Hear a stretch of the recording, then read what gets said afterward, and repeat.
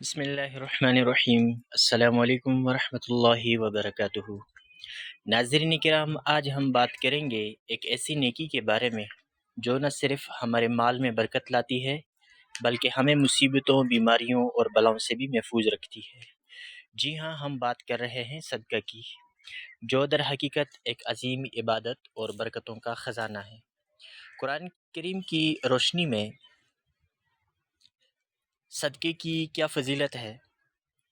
اللہ تبارک و تعالی قرآن کریم میں سورہ بقرہ آیت نمبر 261 میں فرماتے ہیں، اعوذ باللہ السمیع العلیم من الشیطان الرجیم، مثل الذین ينفقون اموالهم فی سبیل اللہ کمثل حبۃ انبتت سبع سنابل فی کل سنبلۃ مئۃ حبہ، صدق اللہ العظیم۔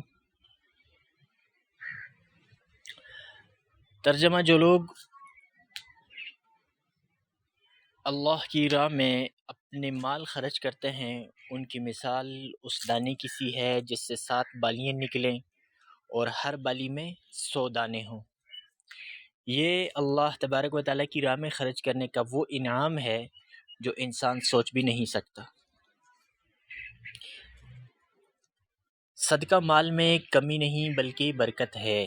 بعض لوگ یہ سوچتے ہیں کہ صدقہ دینے سے مال کم ہو جائے گا، لیکن حدیث نبی صلی اللہ علیہ وسلم اس غلط فہمی کو یوں دور کرتی ہے۔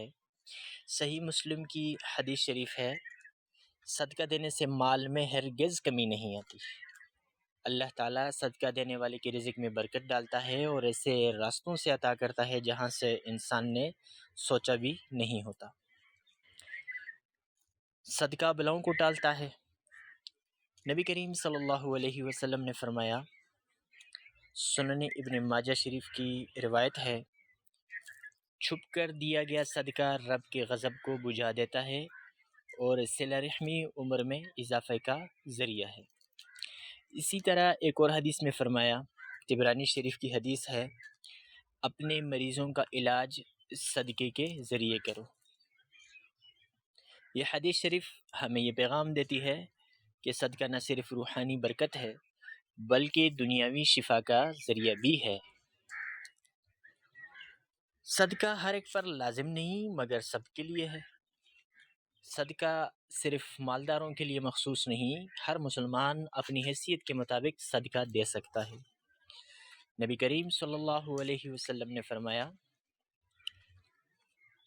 تمہارا اپنے بھائی کو مسکرا کر دیکھنا بھی صدقہ ہے۔ ترمذی شریف کی روایت ہے۔ یعنی کوئی نیکی چھوٹی نہیں، نرمی سے بولنا، کسی کی مدد کرنا، راستے سے تکلیف دہ چیز ہٹانا، یہ سب صدقے ہیں۔ اور صدقہ دنیا میں تو فائدہ دیتا ہی ہے لیکن آخرت کا ذخیرہ بھی ہے، اس کا اصل اجر آخرت میں نظر آئے گا۔